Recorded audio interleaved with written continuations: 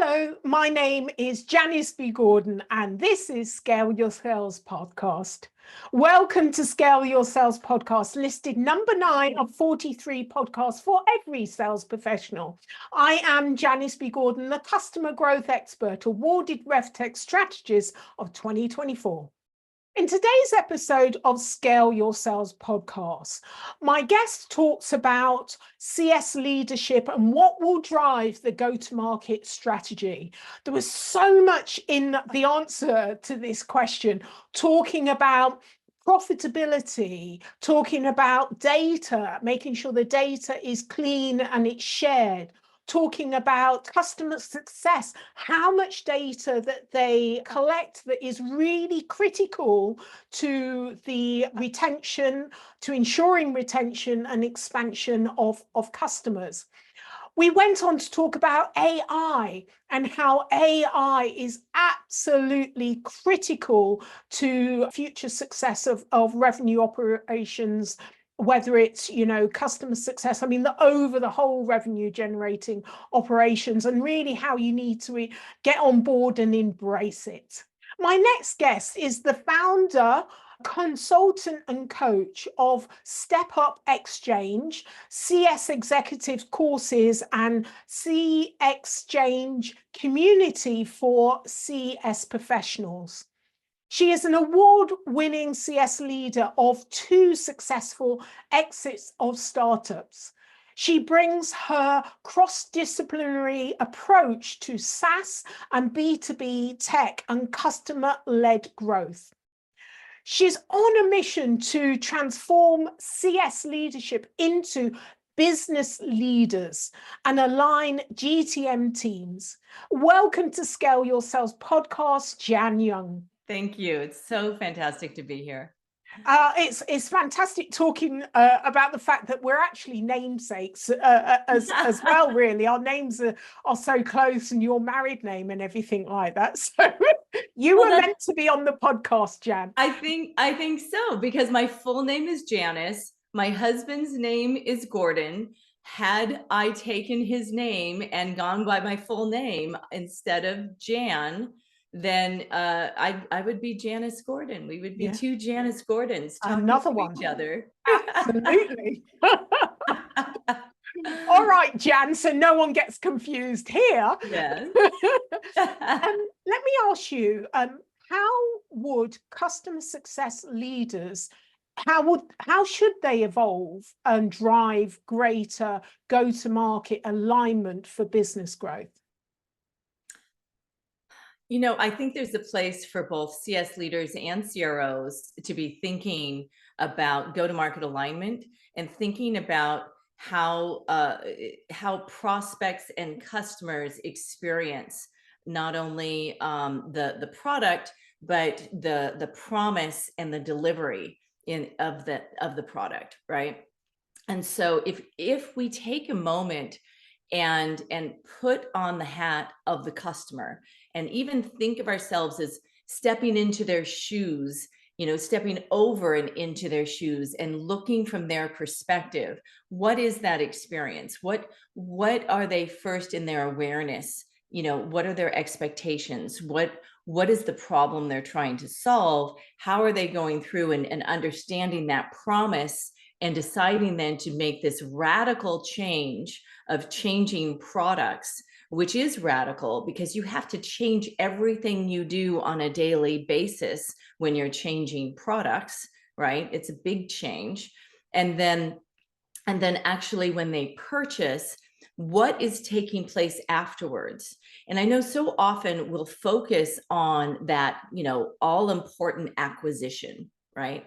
But in fact, there are more revenue events that not only do take place, but must take place in order for us to be profitable as companies and for our customers to achieve the business objectives that they have. And when I think that when we come together and all see our part in producing this together and have sort of that as a North Star, I think that's what can be missing so often, is that we get into our silos of like, what do I need to do in my, role? But in fact, if we're thinking about the customer, it's only through the customer that any of these revenue events take place. And without those revenue events, we don't get to stay in business. The other thing I would say that we don't think of enough is profitability and our margins.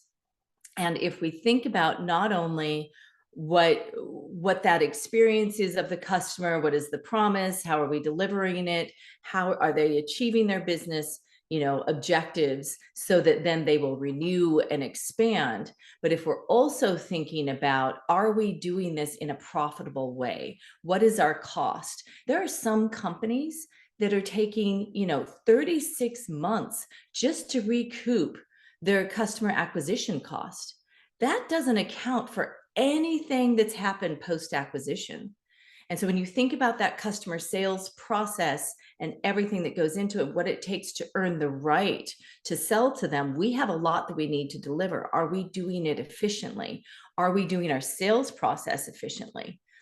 And then, of course, all the AI tools that we have at our hands, at our fingertips now, that can allow us to be more productive and more efficient. So I mean, I know that I just said a lot and there's a lot to unpack there, but I really think that we need to be thinking about our customers achieving business objectives, in getting that value, that we need to think about profitability and our margins, and we need to be thinking about AI. I mean, that's it in a nutshell, but none of that's easy.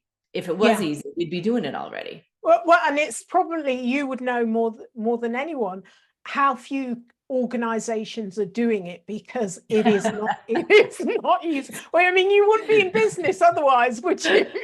I'm in business for a while. And I think we've gone from just thinking about how we can align marketing, sales, and customer success. And as you say, it's looking at the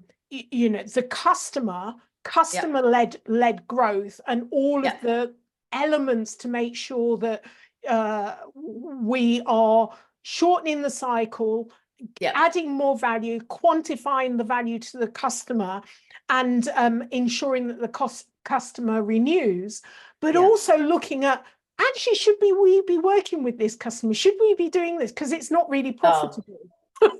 That's the other thing too, is I see a lot of companies where, basically it'll be clear once CS will, the CSMs are starting to work with a customer, that they're not the ICP, they're not the ideal customer profile, right? But what isn't clear is just how expensive that is, how much money you can lose, and how unprofitable it is, right? And so for sales, they're like, what? I got a sale, I got paid on my bonus, I'm good. But are you? How long are you really going to stick around if your company isn't profitable? And I think then for the CS leader, it's incumbent upon them to say, look, here's the data. Here are the numbers. This is how unprofitable these customers are versus, this other set of customers. This is also who is successful using our product. And there's so much information that CS leaders have in working with the customers. You need to then feed that back to the product leaders, as well as marketing and sales leaders, so that everyone can come together and understand who is their ICP really, and then how do you communicate to them so that they become aware and are interested. The other thing too that is not done in an intentional manner often enough is advocacy.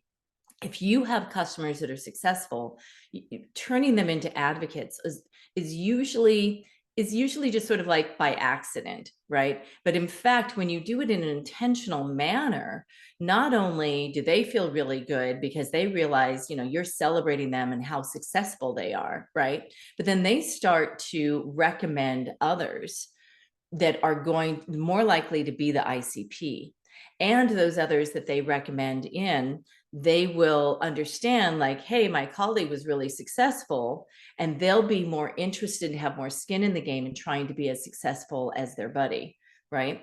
Or if you're trying to expand them, if it's say enterprise and you want that person to be your champion to help you, advocate and help you expand within an enterprise, right? So there's like I said, I know I'm sort of glossing over a lot of things. Yeah. But when you think about these opportunities, if you first think about how it works, on the umbrella, like the big picture, right? And how a well-oiled machine will work if you have it working properly, then you can start to see your role in it and how interconnected it is across all the rest of your leadership. And then you can really start to help each other and see how much value you bring to each other when you're doing that. And I feel like that's unfortunately what I see when I see a dysfunctional company. I often see, silos is the first thing, siloed data and siloed teams are the two things that I see. And it's just, we've gone beyond the age of we can no longer afford to have siloed data or missing data, gaps in our data, any of that, just not possible. We are now in an age of AI that works off of data. Okay. We've got so much to unpack here. Like, you've given me the whole umbrella. Sorry. I mean, just so that I don't forget all of these tales, because there's so much great information. So there's like, there's the profitability piece and the cost. Should we actually be working with the customer? How profitable is this going to be? And, so there's that financial side. There was another element in there in terms that CX has so much data. Yeah, making sure the data's clean, but then you also have RevOps. So I've got, kind of like something to unpack around there. Who holds the data? In fact, let's just go with that one now. Like the relationship of customer success and the amount of data, really rich data they collect, and disseminating that back through the organization. And then what the position they're in as well. How do you get that data, that fuel really working around the organization, and who has ownership of it? Yeah.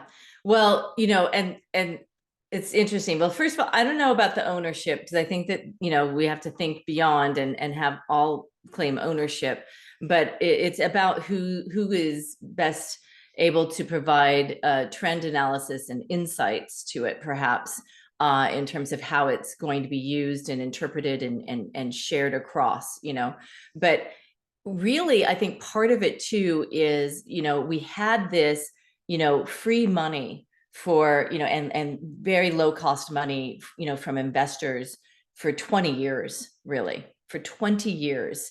And so growth at any cost, reigned supreme. And that was the basis of the careers for, anybody who's in tech for more than 3 years, was working under growth at any cost. And we still have that hangover, right? And so often I run into RevOps or people from marketing who are so focused on acquisitions, because everyone thought that they were going to get to unicorn status just truly through acquisitions, right? And some people did, right?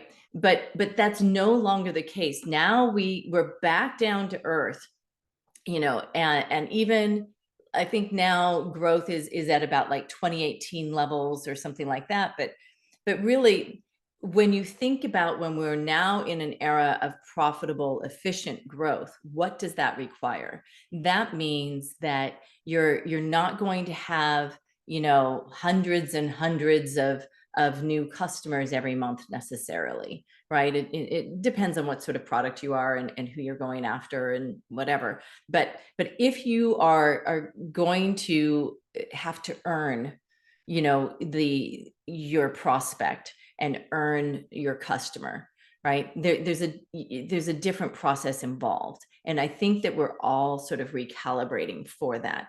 And part of that then is that both RevOps and marketing need to recalibrate a bit more and start thinking about customers as well. Now, I've been lucky, even during the growth at any cost era, I was working at an organization where marketing knew that customers existed. But when I was in consulting and interim leadership, I worked with a lot of marketing folks who were like, I just don't have time for that. You want me to do what with a customer? I've got to do all this with the prospect. And that's how they were measured. That's how their KPIs were set up. That's how any of their bonuses and, you know, that sort of thing were set up, right? It was all around acquiring the customer. And so I think that there's going to be some new skills being built, not just around AI, but also where we have to literally rewire our brains to start to think differently about how we're working with the customer. It's not just acquire them and then who cares? So that's someone else's problem. We really need to think about, so what is that data? How do we connect our data? When we have the initial marketing data that comes in and then it goes through the sales process, how are we connecting that data all the way through the customer journey, right? And so often, you know, with the siloed data, we don't. And so RevOps absolutely is critical in this, in terms of understanding. And the way that I've seen some incredible RevOps leaders, you know, slice and dice, you know, every moment in terms of what's happening in marketing, what's happening in sales. We need to also take that approach, and that's something I advocate quite a bit, is starting to look at our conversion points along the customer journey. What are some of the key milestones, exit criteria, the stages, you know, transformations or outcomes that are needed in each stage of the customer journey? How do you measure that? We often talk about shortening time to first value.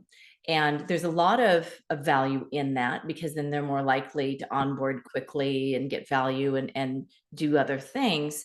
But often we just shorten it and say, look at me, I shortened my time to first value. But are you even measuring how many of your customers are making it in that time, you know? And what else are you measuring? Because oftentimes that'll be the only thing that customers, success leaders will measure. And then they don't have anything specific happening during adoption. They're not thinking about what they're doing for launch. And it's so important that you have to, but at the end of onboarding, you need to celebrate launch, because otherwise there's all this work of onboarding and all this work of adoption, and it all runs in together, and it just feels a lot of drudgery, a lot of work. I just want to, because I'm getting a little bit confused here. Oh, sorry.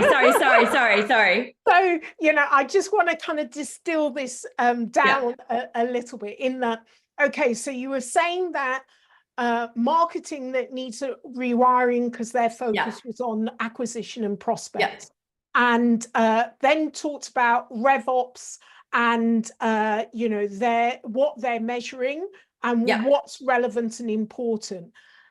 Initially you were talking about customer success and the data that they held, and how important it is for that data to be fed back.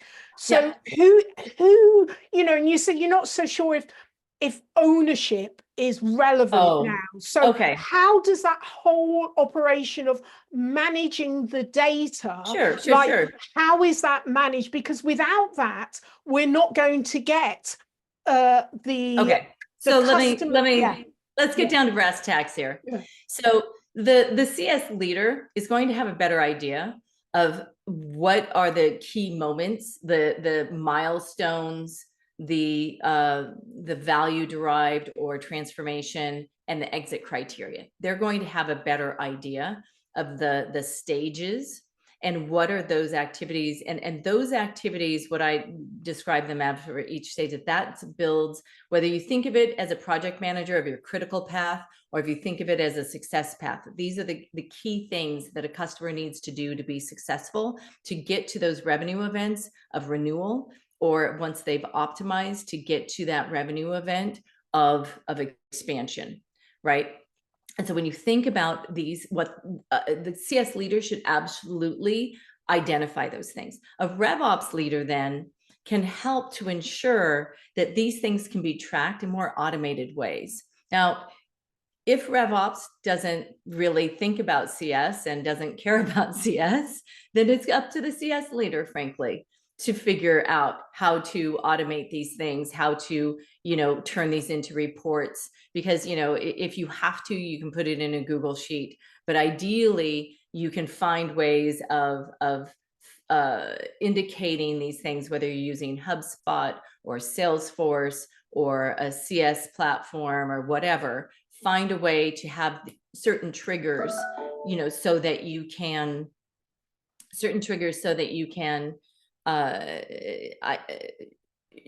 track it without it being a manual effort.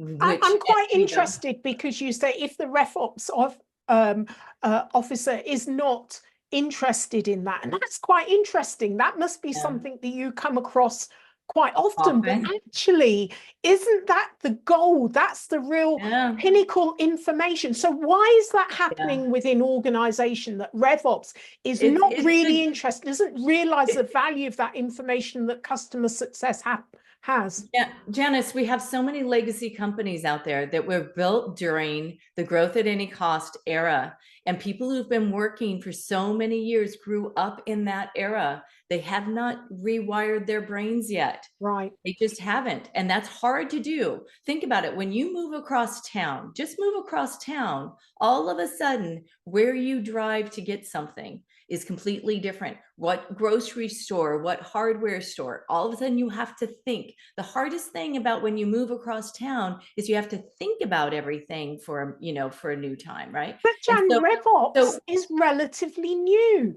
It's, there's been an explosion of RevOps, and understanding. They were all focused on acquisition. Maybe the systems are legacy, but surely the people shouldn't be, Jan. Please tell me the people. But if you start in a legacy operation, and they didn't come from nowhere. They were working in the legacy company and then moved into RevOps in a legacy company.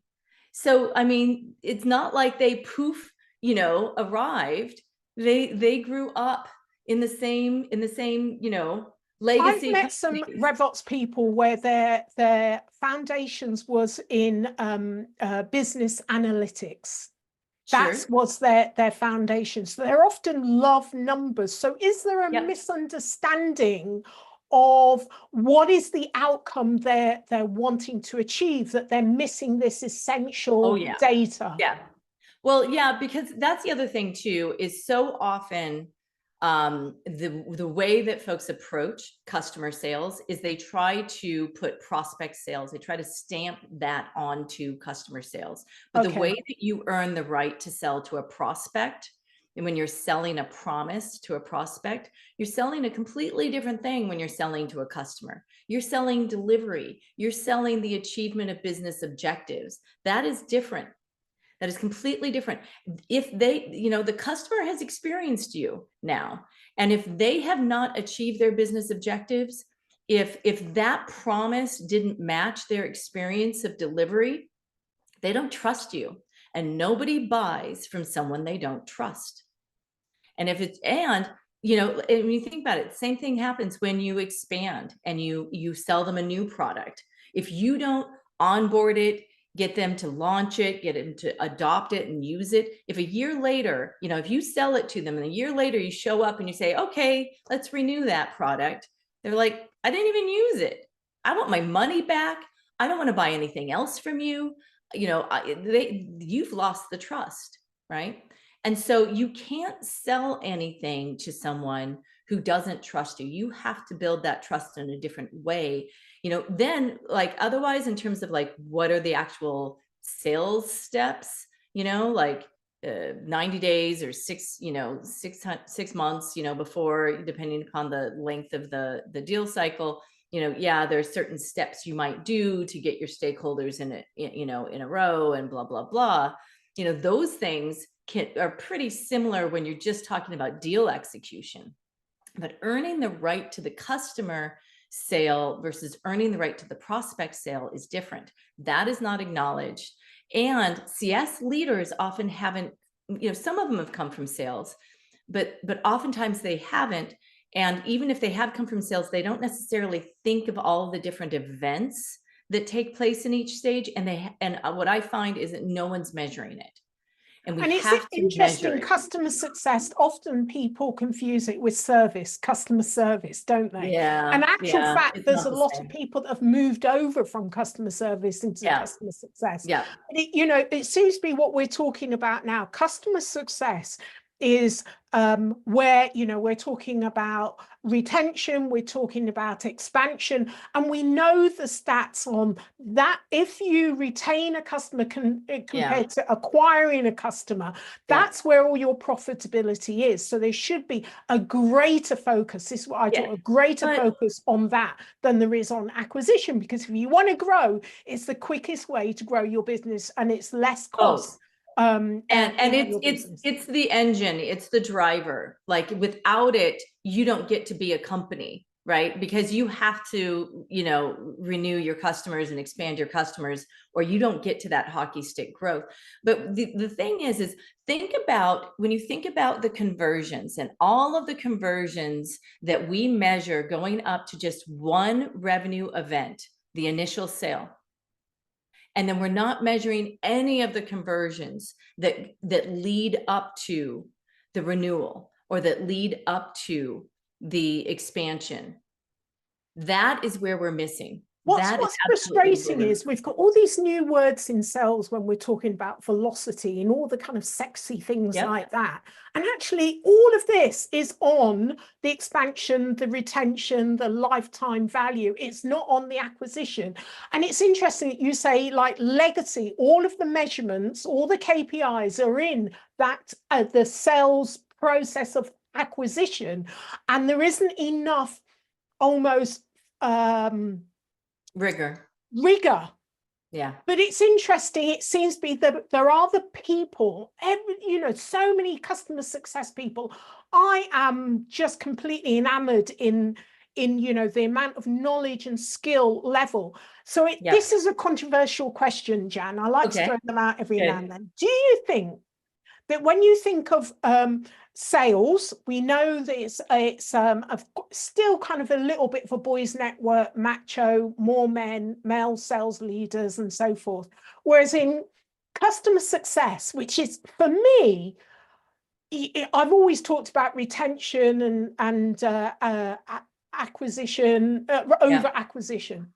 So for me, I wonder if it's because there's more women in customer success that have moved over from customer service. There's more women that I talk about that are really focused on, nurturing and retaining the customer.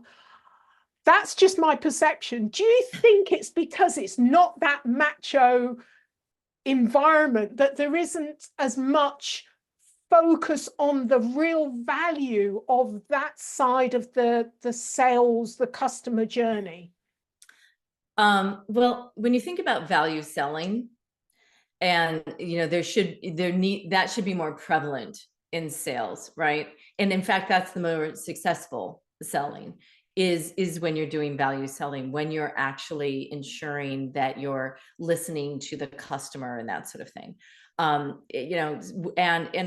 I have seen both women and men who are, successful at that. But you're right, there has been that whole sort of like, with the hunt, the acquisition, the macho sort of approach and that sort of thing. I don't know that it's very successful. I think that it's frankly given sales a bad name. And when people say, oh, that just felt so salesy, that's not a compliment, and so, I think that's something to be aware of, that people, when the idea of a used car salesman or something that's trying to push something on you that you don't need, that doesn't serve anybody. And I think in SaaS, we do have long-term relationships with our customers because we went into a subscription format, essentially, right? And so we rely on them for our livelihood. And so, yeah, in that respect, I would say that definitely both the women and the men that I know who have gone into CS, it's because they value having a relationship with the customer, and they want to build that. But frankly, I know a lot of people who came from sales over to CS, and it's because they wanted to keep the relationship. That's why I moved from sales to CS. It was because I was like, what do you mean? Now I just built this relationship and now I have to hand it over to somebody else? Like, no, I want to stay with them, And so, I do think that that's something to consider is, also, frankly, what I love about it is it's more complex and you need to be more strategic because there's more problems that come up. There's more problem solving. And so I enjoy then turning it into systems that are repeatable and can help more people, more accounts in a repeatable process, right? I think, and I think that's part of it, is that we had the luxury of just adding more people to our companies, and now we will not have that luxury. Now our teams and our companies are going to be smaller, and because AI will help us be more productive, and we will need to have more systematic thinking. And that's part of why we need to be thinking about conversions that lead to these revenue events so that we can be more systematic in our approach. We'll still, as we're working with humans, be humanistic and one-on-one, but it still needs to be systematic and intentional. Okay, so let me ask you a bit more about AI, because you've mentioned that. So let me pick up that chalice. So how is AI transforming customer-facing teams from sales to customer success? And what should leaders do to adapt?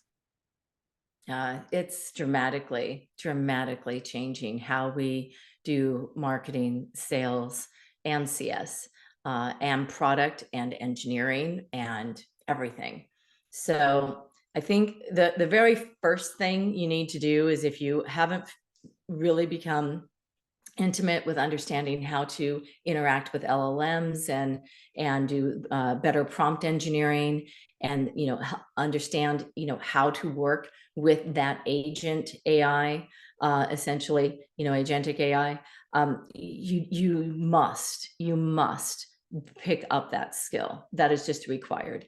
You must get your data ready to be able to work with this in a more systematic way. But then otherwise, I think we need to be very open in terms of looking at how do our customers want to interact with us, what's going to be the simplest, easiest way for them to work with us, and oftentimes making it self-serve, having AI interact with them to ask some of the questions that are really repetitive for us, and that sort of thing.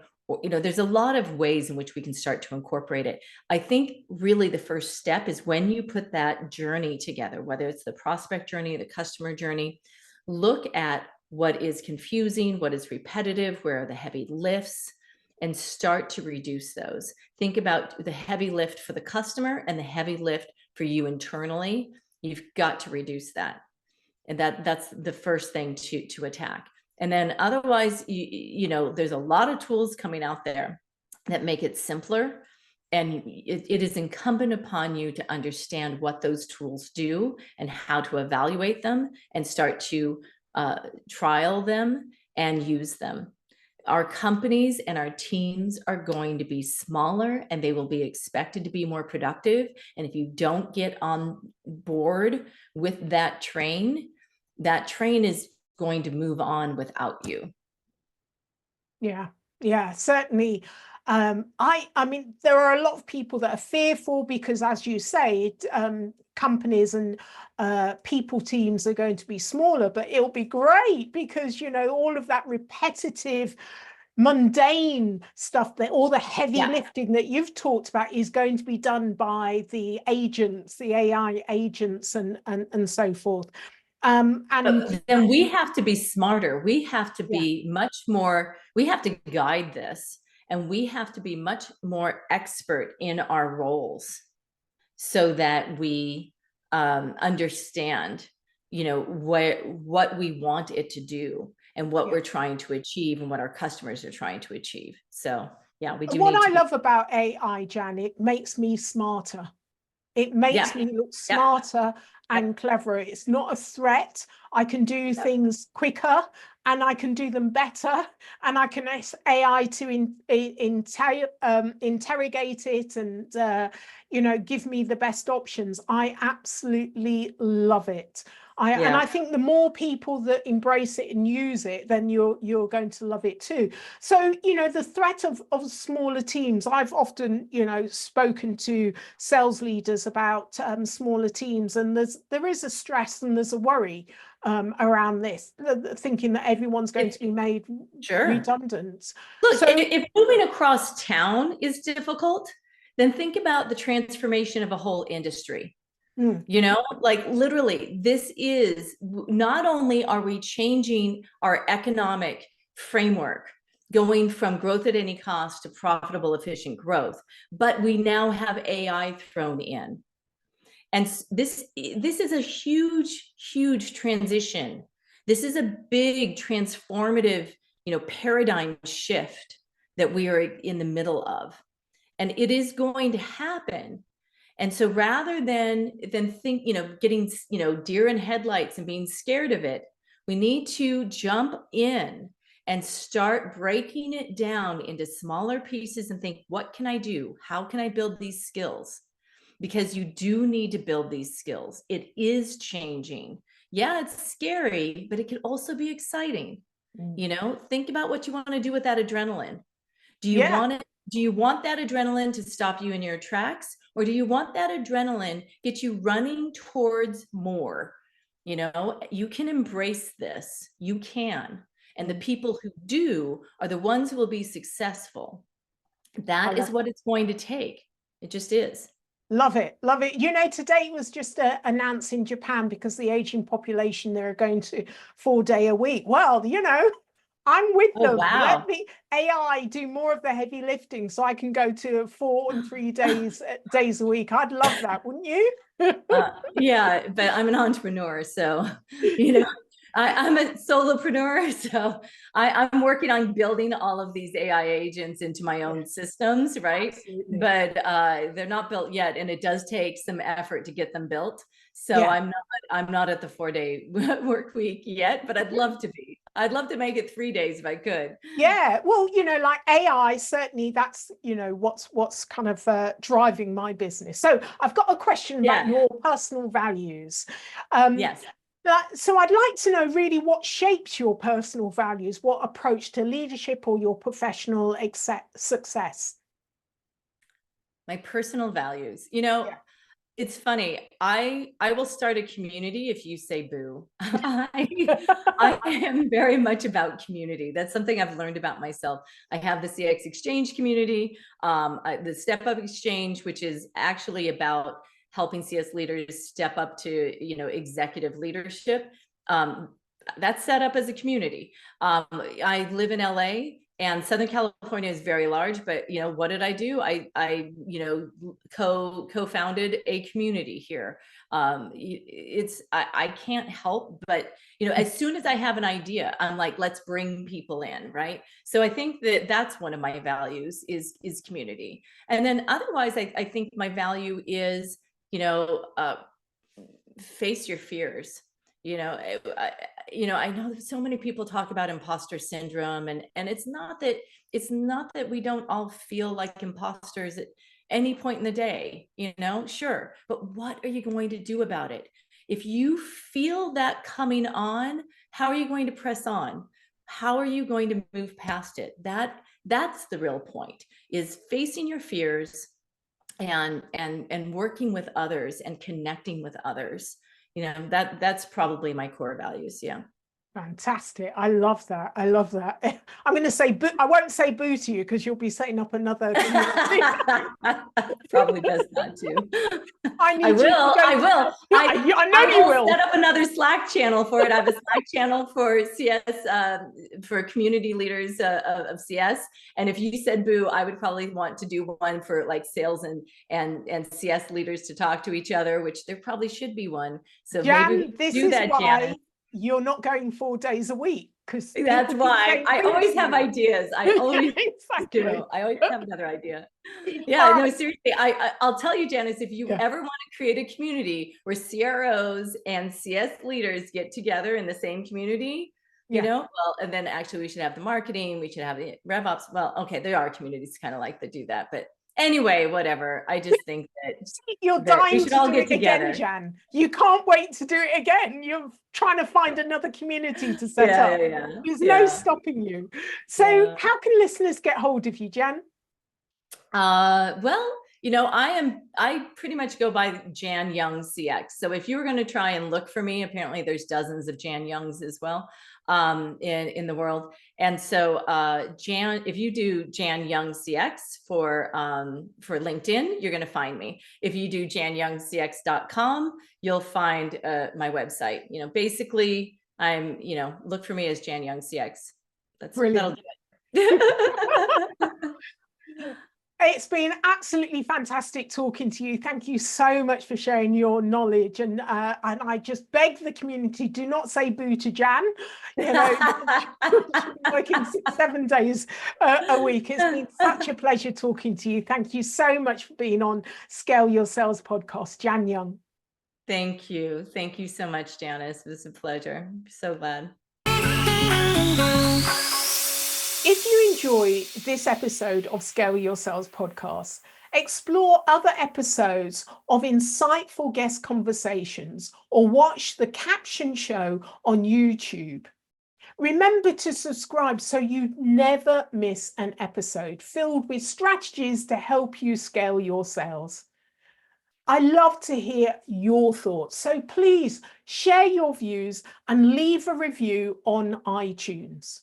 It helps us reach more revenue generators just like you. So until next time, keep scaling your sales.